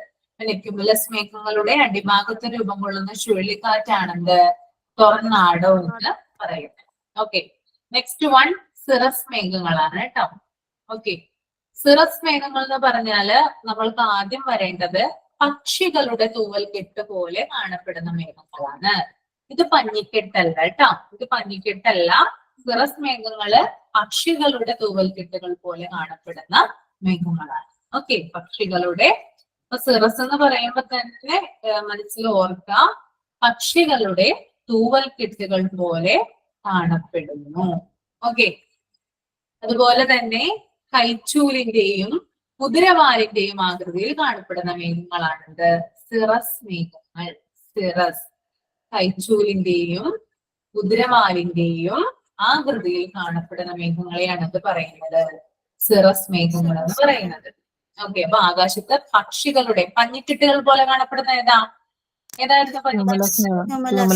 അല്ലേ? ഇനി കൈച്ചൂലിന്റെയും കുതിരവാലിന്റെയും ആകൃതിയിൽ കാണപ്പെടുന്നതോ? സിറസ് മേഘങ്ങൾ. ഓക്കെ. ഇനി സൂര്യാസ്തമയങ്ങളിൽ ആകാശത്ത് ദീപ്തവർണ്ണം നൽകുന്ന മേഘങ്ങളാണെന്ത്? സിറസ് മേഘങ്ങൾ കേട്ടോ. ഓക്കെ, സൂര്യാസ്തമയങ്ങളിൽ ആകാശത്തിന് ഒരു പ്രത്യേക ഒരു കളർ ഉണ്ടാവും അല്ലെ? അസ്തമയ സമയത്ത് ശ്രദ്ധിച്ചാൽ മതി. സൂര്യനാസ്തമിക്കുന്ന ആ ഒരു ടൈമിൽ എന്താണ് ആകാശത്തിന് ഒരു പ്രത്യേക കളർ ഉണ്ടാവും, ഒരു പ്രത്യേക ലൈറ്റ് ആയിരിക്കുള്ളൂ അപ്പൊ ആകാശത്ത് ഉണ്ടാവുക. അപ്പൊ ആ ഒരു വർണ്ണം, ആ ഒരു പ്രകാശം ആകാശത്തിന് നൽകുന്ന മേഘങ്ങളാണെന്ത്? സിറസ് മേഘങ്ങൾ എന്നറിയപ്പെടുന്നത് കേട്ടോ. സൂര്യാസ്തമയങ്ങളിൽ ആകാശത്ത് ദീപ്തവർണ്ണം നൽകുന്ന മേഘങ്ങളാണ് സിറസ് മേഘങ്ങൾ. നെക്സ്റ്റ് പോയിന്റ്, ജെറ്റ് വിമാനം കടന്നു പോകുന്നതിന്റെ ഫലമായി ഉണ്ടാകുന്ന മേഘം അതേതാണ്? സിറസ് മേഘങ്ങളിൽ പെട്ടതാണ്. കോൺട്രിയാൽസ് കേട്ടിട്ടുണ്ടോ? ജെറ്റ് വിമാനം കടന്നു പോകുന്നതിന്റെ ഫലമായി ഉണ്ടാകുന്ന മേഘമാണത് കോൺട്രിയാൽസ് എന്ന് പറയുന്നത് കേട്ടോ. അതൊന്ന് നോട്ട് ചെയ്തെടുക്കുക. ഇനി നെക്സ്റ്റ് വൺ ഞാൻ പറയുന്നത്, സ്ഥിതി ചെയ്യുന്ന ഉയരത്തിന്റെ അടിസ്ഥാനത്തിൽ മേഘങ്ങളെ നമുക്ക് മൂന്നായിട്ട് തിരിക്കാം. ഞാൻ നേരത്തെ പറഞ്ഞ എന്തായിരുന്നു? നേരത്തെ ഇത്രയും ഞാൻ പറഞ്ഞല്ലേ, സിറസ് പറഞ്ഞു, ക്യുമുലസ് പറഞ്ഞു, സ്ട്രാറ്റസ് പറഞ്ഞു. അത് എന്തിന്റെ ക്ലാസിഫിക്കേഷൻ ആയിരുന്നു? രൂപത്തിന്റെ അടിസ്ഥാനത്തിലാണ് ഞാൻ പറഞ്ഞത് അല്ലെ. ഇനി ഞാൻ പറയുന്നത്, സ്ഥിതി ചെയ്യുന്ന ഉയരത്തിന്റെ അടിസ്ഥാനത്തിൽ മേഘങ്ങളെ നമുക്ക് മൂന്നായിട്ട് തിരിക്കാം. അതിനകത്ത് വരുന്നത് ഈ മേഘങ്ങൾ തന്നെയാണ്, പക്ഷെ അത് സ്ഥിതി ചെയ്യുന്ന ഉയരം എന്ന് പറയുന്നത് വ്യത്യസ്തമാണ് കേട്ടോ. അപ്പൊ ആദ്യത്തെ ക്ലാസിഫിക്കേഷൻ എന്ന് പറയുന്നത് ഉന്നതതല മേഘങ്ങൾ എന്ന് പറയും. സ്ഥിതി ചെയ്യുന്ന ഉയരത്തിന്റെ അടിസ്ഥാനത്തിലാണ്. അതുകൊണ്ട് തന്നെ ആദ്യത്തേത് ഉന്നതതല മേഘങ്ങള്, രണ്ടാമത്തേത് മധ്യതല മേഘങ്ങള്, മൂന്നാമത്തേത് നിമ്നതല മേഘങ്ങള്. ഓക്കെ, ഒന്നും കൂടി പറയാം. ഉന്നതല മേഘങ്ങൾ, മധ്യതല മേഘങ്ങൾ, നിമ്നതല മേഘങ്ങൾ. ഓക്കെ, ഇനി നമുക്ക് നോക്കാം ഉന്നതതല മേഘങ്ങൾ എന്താണ്. ഉന്നതതല മേഘങ്ങൾ എന്താണെന്ന് നോക്കാം. 5 കിലോമീറ്ററിന് മുകളിലുള്ള മേഘങ്ങളാണെന്ത്? ഉന്നതതല മേഘങ്ങൾ എന്ന് പറയുന്നത് കേട്ടോ. ആകാശത്ത് 5 കിലോമീറ്ററിന് മുകളിലുള്ള മേഘങ്ങളെയാണ് നമ്മൾ എന്ത് പറയുന്നത്? ഉന്നതതല മേഘങ്ങൾ എന്ന് പറയുന്നത്. അതിനകത്ത് പെടുന്ന മേഘങ്ങളാണ് ഏതൊക്കെ മേഘങ്ങളാണ് 5 കിലോമീറ്ററിന് മുകളിൽ സ്ഥിതി ചെയ്യുന്നത്? ഒന്ന് സിറസ് മേഘം. സിറസ് നേരത്തെ പറഞ്ഞല്ലോ, പക്ഷികളുടെ തൂവൽ കെട്ടുകൾ പോലെ സിറസ് മേഘങ്ങള്. രണ്ടാമത്തത് സിറോസ്ട്രാറ്റസ് മേഘങ്ങൾ. സിറോസ്ട്രാറ്റസ് മേഘങ്ങൾ. മൂന്നാമത്തത് സിറോക്യുമുലസ് മേഘങ്ങൾ. സിറോസ്ട്രാറ്റസ് മേഘങ്ങൾ ആൻഡ് സിറോക്യുമുലസ് മേഘങ്ങൾ. അപ്പൊ സിറസ് മേഘങ്ങൾ എന്താണെന്ന് ഓൾറെഡി നമ്മൾ പറഞ്ഞിട്ടുണ്ടായിരുന്നു. അപ്പൊ നമുക്ക് അറിയണം എന്താണ് സിറോസ്ട്രാറ്റസ് മേഘങ്ങൾ എന്നല്ലേ. സിറോസ്ട്രാറ്റസ് മേഘങ്ങൾ എന്ന് പറഞ്ഞാല് സൂര്യനും ചന്ദ്രനും ചുറ്റും വലയങ്ങൾ തീർക്കുന്ന മേഘങ്ങളാണിത് സിറോസ്ട്രാറ്റസ് മേഘങ്ങൾ. നിങ്ങൾ കാണാറില്ലേ സൂര്യനെയും ചന്ദ്രനെയും ഒക്കെ കാണുമ്പോ അവർക്ക് ചുറ്റും എന്തുണ്ട്? ഒരു വളയം കണ്ടിട്ടുണ്ടോ നിങ്ങള്? നല്ല ഭംഗിയുള്ള വളയം കണ്ടിട്ടില്ലേ? ആരും കണ്ടിട്ടില്ലേ? കണ്ടിട്ടുണ്ട്. അപ്പോ ആ വളയം തീർക്കുന്ന മേഘങ്ങളാണെന്ത്? സിറോസ്ട്രാറ്റസ് മേഘങ്ങൾ എന്ന് പറയുന്നത് കേട്ടോ. സൂര്യനും ചന്ദ്രനും ചുറ്റും വലയങ്ങൾ തീർക്കുന്ന മേഘങ്ങളാണ് സിറോസ്ട്രാറ്റസ് മേഘങ്ങൾ. ഇനി അടുത്തത് സിറോക്യുമുലസ് മേഘങ്ങൾ. ഓക്കെ, സിറോക്യുമുലസ്. അപ്പൊ ഇതൊക്കെ എത്ര കിലോമീറ്റർ മുകളിലാണ് ഈ മേഘങ്ങളൊക്കെ? 5 കിലോമീറ്ററിന് മുകളിൽ. സിറോക്യുമുലസ് മേഘങ്ങൾ എന്ന് പറഞ്ഞാല് വെളുത്ത മേഘശലകങ്ങൾ തീർക്കുന്ന മേഘങ്ങളാണ്. ഓക്കെ, അതായത് ആകാശത്ത് നമ്മൾ നോക്കിക്കഴിഞ്ഞാല് ശലകങ്ങൾ നമുക്ക് കാണാനായിട്ട് സാധിക്കും ചില സമയത്ത്. അത് തീർക്കുന്ന മേഘങ്ങളാണെന്ത്? സിറോക്യുമുലസ് മേഘങ്ങൾ എന്ന് പറയുന്നത് കേട്ടോ. ആകാശത്ത് മേഘശലകങ്ങൾ തീർക്കുന്ന മേഘങ്ങളാണ് സിറോക്യുമുലസ് മേഘങ്ങൾ. സൂര്യനും ചന്ദ്രനും ചുറ്റും വലയങ്ങൾ തീർക്കുന്ന മേഘങ്ങൾ ഏതൊക്കെയാ? ഓക്കെ, ഉന്നതതല മേഘങ്ങളില് 5 കിലോമീറ്റർ ഉയരത്തിലാണ് ഉണ്ടാവുക. സിറസ് മേഘങ്ങള്, സിറോസ്ട്രാറ്റസ് മേഘങ്ങള്, സിറോക്യുമുലസ് മേഘങ്ങള് ഉന്നതതല മേഘങ്ങളിൽ ഉൾക്കൊള്ളുന്നവയാണ്. സിറോ ക്യുമുലസ് മേഘങ്ങൾ എന്ന് പറഞ്ഞാല് വെളുത്ത മേഘ ശലകങ്ങൾ കാണപ്പെടുന്നു, അല്ലെങ്കിൽ അത് തീർക്കുന്ന മേഘങ്ങളാണ്. സിറോസ്ട്രാറ്റസ് മേഘങ്ങൾ എന്ന് പറഞ്ഞാല് സൂര്യനും ചന്ദ്രനും ചുറ്റും വലയങ്ങൾ തീർക്കുന്ന മേഘങ്ങളാണ്. ഓക്കെ, നെക്സ്റ്റ് അടുത്തൊരു ക്ലാസിഫിക്കേഷൻ എന്താ? ഉന്നതതലം കഴിഞ്ഞാല് ഞാൻ പറഞ്ഞിരുന്നത് മധ്യതല മേഘം. മധ്യതല മേഘങ്ങൾ. അപ്പൊ അതിന്റെ ഉയരം എന്ന് പറയുന്നത് എന്താണ്? ഈ ഉന്നതതല മേഘങ്ങളെക്കാൾ കുറച്ചും കൂടി താഴെയായിട്ട് വരും അല്ലെ? അപ്പൊ അതിനൊരു ആവറേജ് ഒരു ഉയരം വരുന്നത് 2 കിലോമീറ്ററിനും 5 കിലോമീറ്ററിനും ഇടയിലാണ്. ഓക്കെ, 2 കിലോമീറ്ററിനും 5 കിലോമീറ്ററിനും ഇടയിൽ സ്ഥിതി ചെയ്യുന്ന ഉയരത്തിലുള്ള മേഘങ്ങളെയാണ് എന്ത് പറയുന്നത്? ഉന്നതതല മേഘങ്ങൾ എന്ന് പറയുന്നത്. ഓക്കെ, ഇനി ഉന്നതതല മേഘങ്ങൾ അല്ല, സോറി, മധ്യതല മേഘങ്ങൾ. പോയി മധ്യതല മേഘങ്ങള് 2 കിലോമീറ്ററിനുള്ളിലും 5 കിലോമീറ്ററിനുള്ളിലും ഉയരത്തില് സ്ഥിതി ചെയ്യുന്നവയാണ്. അതിന് എക്സാമ്പിൾ ആയിട്ട് വരുന്നത് ആൾട്ടോ ക്യൂമുലസ് മേഘങ്ങള്, ആൾട്ടോ സ്ട്രാറ്റസ് മേഘങ്ങള്. ഇവ രണ്ടുമാണ് എന്ത്? മധ്യതല മേഘങ്ങൾക്ക് എക്സാമ്പിൾ ആയിട്ട് വരുന്നത് കേട്ടോ. ആൾട്ടോ ക്യൂമുലസ് മേഘങ്ങൾ, ആൾട്ടോ സ്ട്രാറ്റസ് മേഘങ്ങൾ. Alto cumulus and Alto Stratus. Okay, അപ്പൊ ആൾട്ടോ ക്യൂമുലസ് എന്താണെന്ന് നോക്കാം. ആൾട്ടോ ക്യൂമുലസ് മേഘങ്ങൾ എന്ന് പറഞ്ഞാല് ആകാശത്ത് വലിയ കഷ്ണങ്ങളായി കാണപ്പെടുന്നു. ആകാശത്ത് വലിയ കഷ്ണങ്ങളായി കാണപ്പെടുന്ന, ഇതിങ്ങനെ തന്നെ ചോദിക്കുള്ളൂ കേട്ടോ, കാരണം ഇത് കുറച്ചുകൂടി ഡീപ്പായിട്ടുള്ളതാണ്, അതുകൊണ്ടാണ് ഇത് ഷോർട്ട് ആയിട്ട് പറയുന്നത് കേട്ടോ.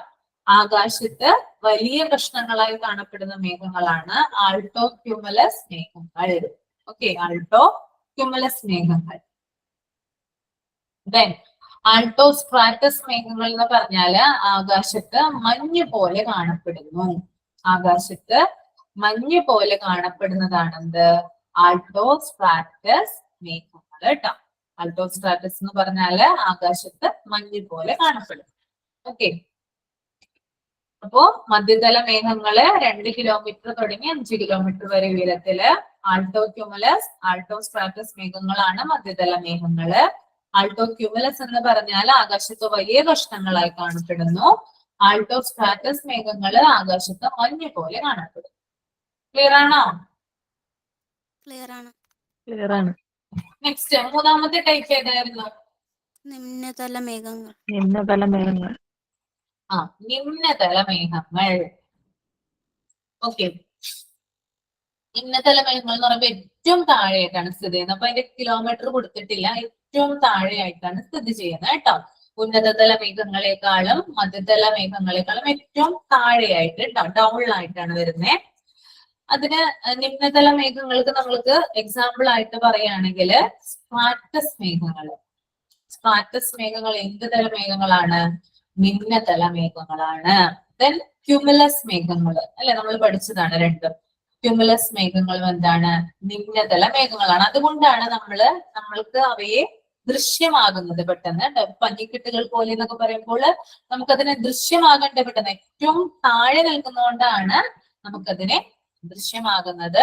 ആൾട്ടോ സ്ട്രാറ്റസിന് എന്ത് ചെയ്യാൻ പറ്റില്ല, അതിനൊന്നും നമുക്ക് അങ്ങനെ ദൃശ്യമാകാനായിട്ട് സാധിക്കില്ല. നമ്മുടെ കണ്ണിന്റെ കാഴ്ചക്ക് അതിനെ കാണാനായിട്ട് സാധിക്കില്ല. ഓക്കെ, അപ്പോ നിമ്നതല മേഘങ്ങള് stratus, cumulus, nimbostratus. Okay, nimbostratus, then cumulonimbus. അപ്പോ 4 എണ്ണമാണ് ഞാൻ പറഞ്ഞത്. നിമ്നതല മേഘങ്ങൾക്ക് എക്സാമ്പിൾ ആയിട്ട് വരുന്നത് 4 എണ്ണമാണ്. 1 സ്ട്രാറ്റസ് മേഘങ്ങൾ, 2 ക്യുമുലസ് മേഘങ്ങൾ, 3 നിംബോസ്ട്രാറ്റസ്, 4 ക്യുമുലോ നിംബസ്. ഓക്കെ, ഇനി ഞാൻ നിങ്ങളോടൊന്ന് ചോദിക്കട്ടെ, മഴ മേഘങ്ങൾ എന്നറിയപ്പെടുന്ന മേഘം ഏതാ? നിംബസ് മേഘങ്ങൾ. നിംബസ് മേഘങ്ങളാണ് അല്ലെ. അതിനകത്ത് നിംബോസ്ട്രാറ്റസ് എന്നാണ് സ്പെസിഫൈ ചെയ്ത് നമ്മൾ പറയാം കേട്ടോ. ഇപ്പൊ നിംബോസ്ട്രാറ്റസ് എന്ന ഓപ്ഷൻ ഉണ്ടെങ്കിൽ അതാണ് എന്ത് ചെയ്യേണ്ടത്, നിങ്ങൾ ആൻസർ ആയിട്ട് എഴുതേണ്ടത്. മഴ മേഘങ്ങൾ എന്നറിയപ്പെടുന്നത് നിംബോസ്ട്രാറ്റസ് ആണ്. എന്നാൽ ഇടിമേഘങ്ങൾ എന്നറിയപ്പെടുന്ന ഏത് മേഘമാണ്? ഇടിമേഘങ്ങൾ ക്യുമുലോസ് നിംബസ്. Cumulonimbus. ഇടിമേഘങ്ങൾ ക്യുമുലോ നിംബസ്. മഴമേഘങ്ങൾ ഏതായിരുന്നു? മഴമേഘങ്ങള് സ്ട്രാറ്റസ്. നിംബോസ്ട്രാറ്റസ്. മഴമേഘങ്ങൾ നിംബോസ്ട്രാറ്റസ്, ഇടിമേഘങ്ങള് ക്യുമുലോ നിംബസ്. അതിശക്തമായിട്ടുള്ള മഴ പെയ്യുമ്പോൾ ഉണ്ടാകുന്ന മേഘങ്ങളാണിത് ക്യുമുലോനിംബസ്. അതിശക്തമായിട്ടുള്ള മഴ കേട്ടോ, അതിതീവ്രമായിട്ടുള്ള മഴ പെയ്യുമ്പോഴാണ് ഇത് ഉണ്ടാവുന്നത്. ഇനി ആകാശം മുഴുവൻ മേഘാവൃതമായി കാണപ്പെടുന്നത് സ്ട്രാറ്റസ് മേഘങ്ങൾ കാരണമാണ് കേട്ടോ. ആകാശം മുഴുവൻ മേഘാവൃതമായിട്ട് കാണപ്പെടുന്നത് സ്ട്രാറ്റസ് മേഘങ്ങൾ കാരണമാണ്. ഓക്കെ, ഇത്രയേ ഉള്ളൂ കേട്ടോ. ക്ലിയർ ആണോ? ക്ലിയർ ആണ്. ഓക്കെ, അപ്പൊ നമ്മളിപ്പോ മഴയുടെ കാര്യവും മേഘത്തിന്റെ കാര്യമാണെന്ന് പറഞ്ഞല്ലേ. അപ്പൊ നമുക്കൊന്ന് നോക്കാല്ലേ, നമുക്ക് എന്തായാലും നോക്കാം. ഈ കഴിഞ്ഞ എക്സാമിനൊക്കെ വന്നതാണ് മഴ മുന്നറിയിപ്പ്. അറിയാമോ മഴ മുന്നറിയിപ്പ്? കളർ കോഡുകൾ അറിയാമോ മഴ മുന്നറിയിപ്പിന്റെ? ന്യൂസിൽ കേൾക്കാറില്ലേ നിങ്ങള്? Yellow alert, orange, red. Red alert. നമുക്കറിയേണ്ട എന്തുകൊണ്ടാണ് ഓരോരോ ഏരിയകളിൽ, അതായത് വടക്കൻ പ്രദേശങ്ങളിൽ വയനാടിന്റെ ആ ഒരു ഉരുൾപൊട്ടൽ ഉണ്ടായ സമയത്ത് വടക്കൻ ജില്ലകളിൽ ഈ റെഡ് അലർട്ട് ആയിരുന്നു. അതേസമയം മിഡിൽ ആയിട്ടുള്ള, അതായത് മധ്യ കേരളത്തില് ഓറഞ്ച് അലർട്ട് ആയിരുന്നു. ദെൻ തെക്കൻ ജില്ലകളിൽ യെല്ലോ അലർട്ട് ആയിരുന്നു. അപ്പൊ നമുക്ക് നോക്കാം എന്താണ് ഈ ഒരു മഴ മുന്നറിയിപ്പ് കേട്ടോ. കൂടുതലായിട്ട് അറിയാമോ? അതാർക്കെങ്കിലും ഷെയർ ചെയ്യുന്നുണ്ടോ? കൂടുതലായിട്ട് അറിയാമോ? നൗസിയ അറിയാമോ മോളെ? കുറച്ചറിയുള്ളൂ. ചെറുതായിട്ട് അറിയാം അല്ലെ? ഓക്കെ, അപ്പൊ നമുക്ക് നോക്കാം എന്താണ്. ഒരു ടേബിള് വരച്ചു വയ്ക്കാം കേട്ടോ. ഒരു ടേബിള് വരച്ചു വയ്ക്കാം.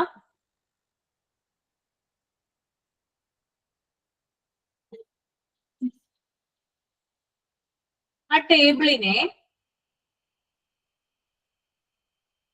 രണ്ടായിട്ട് കുറച്ച് സ്പേസ് വേണം കേട്ടോ. ഞാൻ പറയുന്ന മനസ്സിലാവുന്നുണ്ടോ?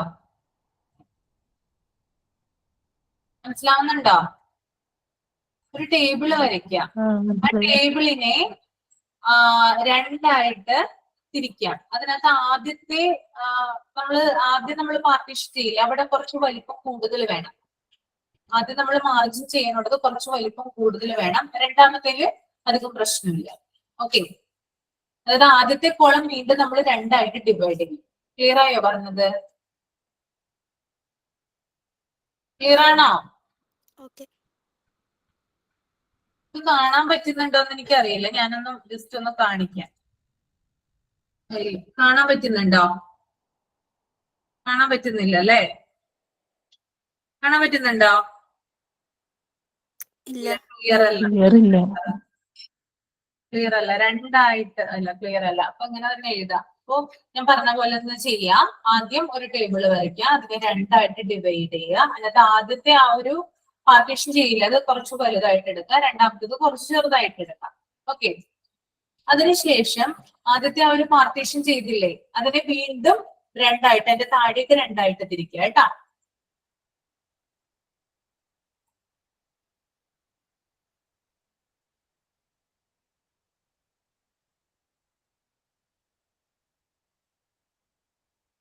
ഓക്കെ, എന്നിട്ട് ആദ്യത്തേതിൽ എഴുതാം കളർ കോഡ് എന്ന് എഴുതാം. കളർ കോഡ് എന്ന് എഴുതാം. രണ്ടാമത്തേത് തീവ്രത എഴുതാം കേട്ടോ. രണ്ടാമത്തെ സൈഡിലായിട്ട് തീവ്രത എന്ന് എഴുതാം.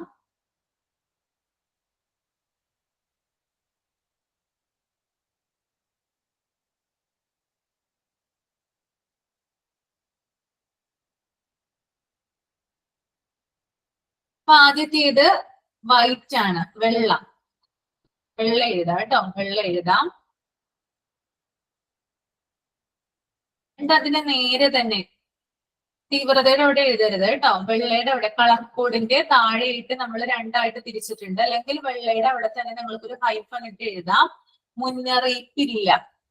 ഓക്കെ, മുന്നറിയിപ്പില്ല എന്ന് എഴുതാം. ദെൻ തീവ്രത, തീവ്രത മഴയില്ല.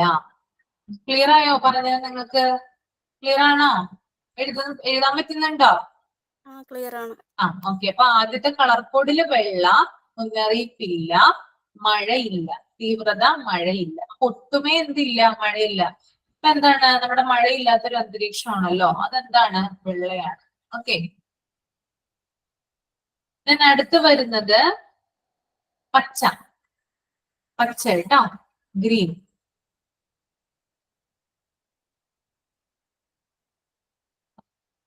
അതിനും എന്തില്ല? മുന്നറിയിപ്പില്ല. മുന്നറിയിപ്പ് ഇല്ല.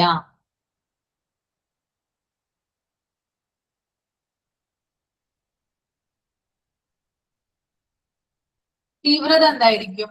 നേരിയ തോതിൽ. തീവ്രത നേരിയ തോതിൽ കേട്ടോ. നേരിയ തോതിലാണ് തീവ്രത വരിക.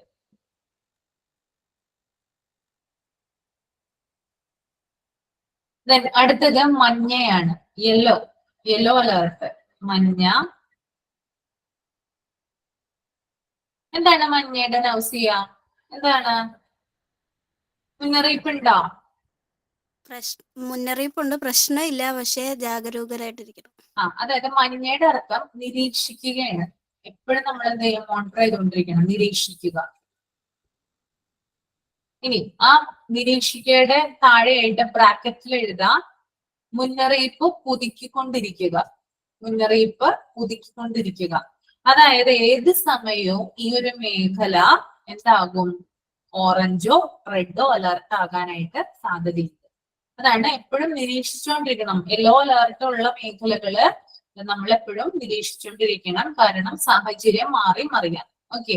മുന്നറിയിപ്പ് പുതുക്കിക്കൊണ്ടിരിക്കുക. ഓക്കെ. ഇതാണ് ഇവിടെ ശക്തമായ മഴ. ശക്തമായ മഴ. ഓക്കെ.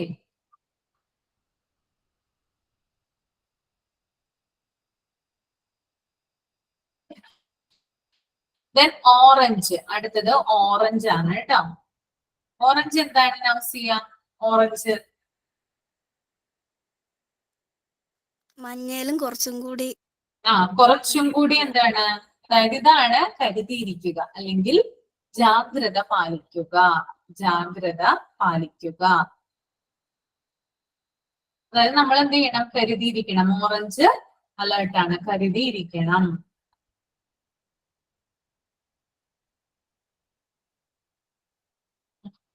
ശക്തമായതോ അതിശക്തമായതോ ആയ മഴ. അല്ലെങ്കിൽ ശക്തമായിട്ടുള്ള മഴ അല്ലെങ്കിൽ അതിശക്തമായിട്ടുള്ള മഴ. ഓക്കെ.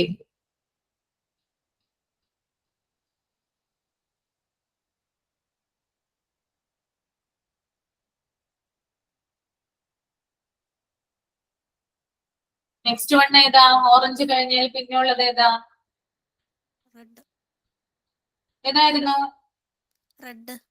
റെഡ്. റെഡ് അല്ലേ? റെഡ് എന്ന് പറഞ്ഞാല് മുന്നറിയിപ്പാണ്. മുന്നറിയിപ്പ് ഉണ്ട് കേട്ടോ. മുന്നറിയിപ്പ്. അതിന്റെ ബ്രാക്കറ്റിൽ പ്രവർത്തിക്കുക. ബ്രാക്കറ്റില് പ്രവർത്തിക്കുക. അതായത് ഏത് സമയം എന്ത് വരാം? എന്ത് വേണമെങ്കിലും. ചിലപ്പോൾ ഇവിടെ ഫ്ലഡ് ഉണ്ടാകാം, അല്ലെങ്കിൽ ഉരുൾപൊട്ടൽ ഉണ്ടാവാം, അല്ലെങ്കിൽ ലാൻഡ് സ്ലൈഡ് ഉണ്ടാകാം. ഏത് പ്രകൃതിക്ഷോഭം വേണമെങ്കിലും ആ ഒരു പ്രദേശത്ത് വരാം. അതിനനുസരിച്ച് നമ്മൾ ഉണർന്ന് പ്രവർത്തിക്കണം. ഓക്കെ. തീവ്രത എന്ന് പറയുന്നത് അതിശക്തമായതോ അതിതീവ്രമോ ആയ മഴ. ഓക്കെ. അതിശക്തമോ അതിതീവ്രമോ ആയ മഴ.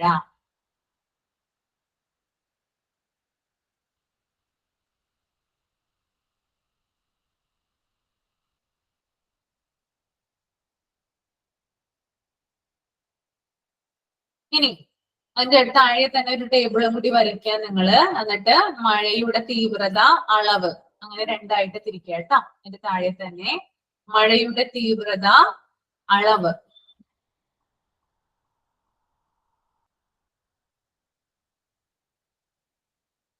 ആദ്യത്തേതിൽ എഴുതേണ്ടത് ചാറ്റൽ മഴയാണ്. ചാറ്റൽ മഴയുടെ അളവ് വരുന്നത് 2.5 തുടങ്ങി 15.5 mm മില്ലിമീറ്റർ കേട്ടോ. 2.5 തുടങ്ങി 15.5 mm. അതാണ് ചാറ്റൽ മഴയുടെ അളവായിട്ട് വരുന്നത്.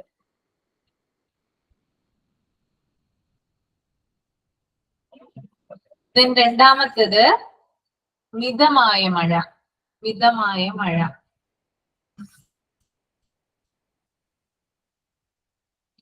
15.6 തുടങ്ങി 64.4 mm. 15.6 to 64.4 mm.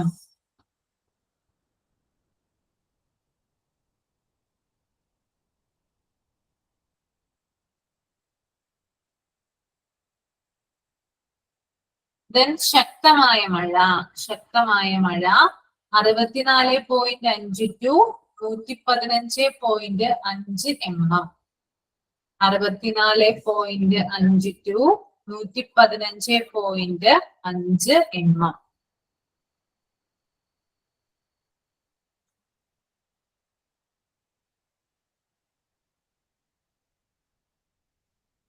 മിസ് 64.5 ടു 115.5 mm.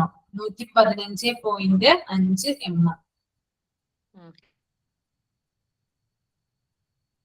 ദെൻ അതിശക്തമായ മഴ. അടുത്തത് അതിശക്തമായ മഴ 115.6 ടു 204.4 mm. 115.6 to 204.4 mm.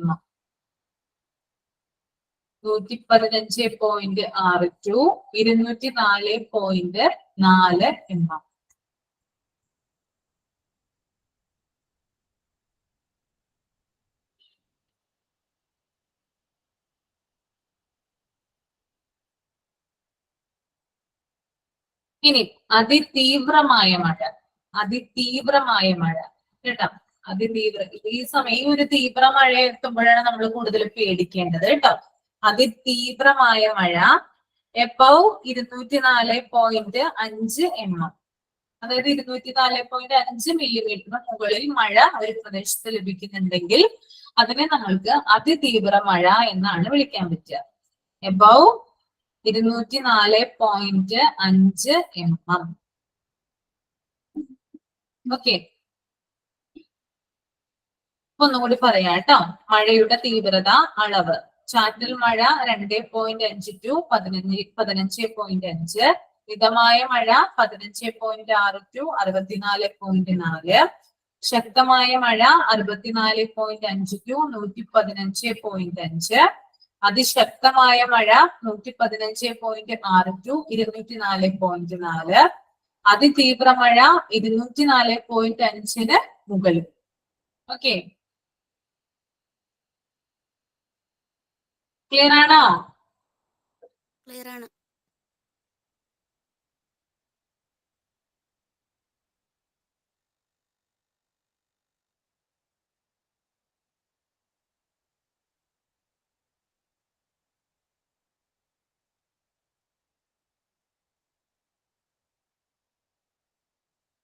രണ്ട് ക്വസ്റ്റ്യൻ നമുക്ക് വർക്ക്ഔട്ട് ചെയ്യാം. 5 മിനിറ്റും കൂടി ഇല്ലേ? Okay miss. 2 ക്വസ്റ്റ്യൻ വർക്ക്ഔട്ട് ചെയ്യാം കേട്ടോ. എഴുതിയെടുത്തോളൂ. കഴിഞ്ഞ ക്ലാസ്സിൽ നമ്മൾ കുറച്ചധികം ക്വസ്റ്റ്യൻസ് വർക്ക്ഔട്ട് ചെയ്തിട്ടുണ്ടായിരുന്നു. അതിന്റെ തുടർച്ച തന്നെയാണ് കേട്ടോ. സിവാലിക് മലനിരകളുമായി ബന്ധപ്പെട്ട് ശരിയായ പ്രസ്താവന ഏതാണ്? സിവാലിക് മലനിരകളുമായി ബന്ധപ്പെട്ട് ശരിയായ പ്രസ്താവന ഏതാണ്?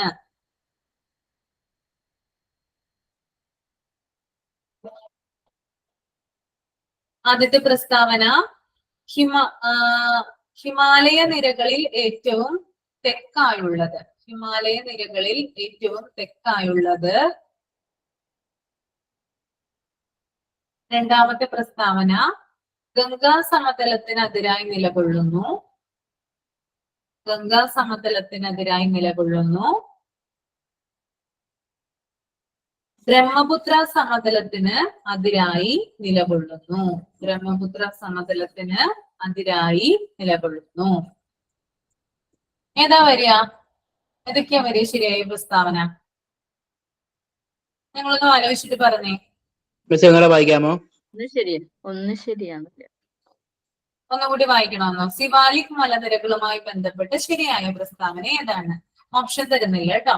ഹിമാലയ നിരകളിൽ ഏറ്റവും തെക്കായുള്ളത്, ഗംഗാ സമതലത്തിനെതിരായി നിലകൊള്ളുന്നു, ബ്രഹ്മപുത്ര സമതലത്തിനെതിരായി നിലകൊള്ളുന്നു. ഏതാണ് ശരിയായിട്ടുള്ളത്? 1 3. ശരി. 1 ഉം 2 കേട്ടോ. 1 2 1 ഉം 2 ആണ് ശരി. ഹിമാലയ നിരകളിൽ ഏറ്റവും തെക്കാണത് സിവാലിക് എന്ന് പറയുന്നത് അല്ലെ. കൂടാതെ ഗംഗാ സമതലത്തിന് അതിരായിട്ടാണ് എന്ത് സ്ഥിതി ചെയ്യുന്നത്? സിവാലിക് വരുന്നത്. ബ്രഹ്മപുത്ര അവിടെ വരുന്നില്ല കേട്ടാ. ഓക്കെ, ബ്രഹ്മപുത്ര വേറൊരു സൈഡിലാണ്, ആ സമതലം വരുന്നത് വേറെ സൈഡിലാണ്. ഓക്കെ, ഒരു ക്വസ്റ്റ്യനും കൂടി.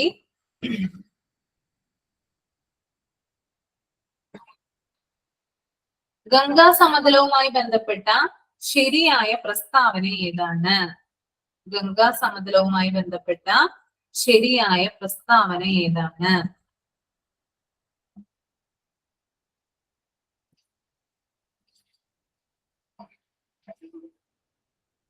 ആദ്യത്തെ പ്രസ്താവന പഞ്ചാബ് ഹരിയാന സമതലത്തിന്റെ കിഴക്കായി സ്ഥിതി ചെയ്യുന്നു. പഞ്ചാബ് ഹരിയാന സമതലത്തിന്റെ കിഴക്കായി സ്ഥിതി ചെയ്യുന്നു.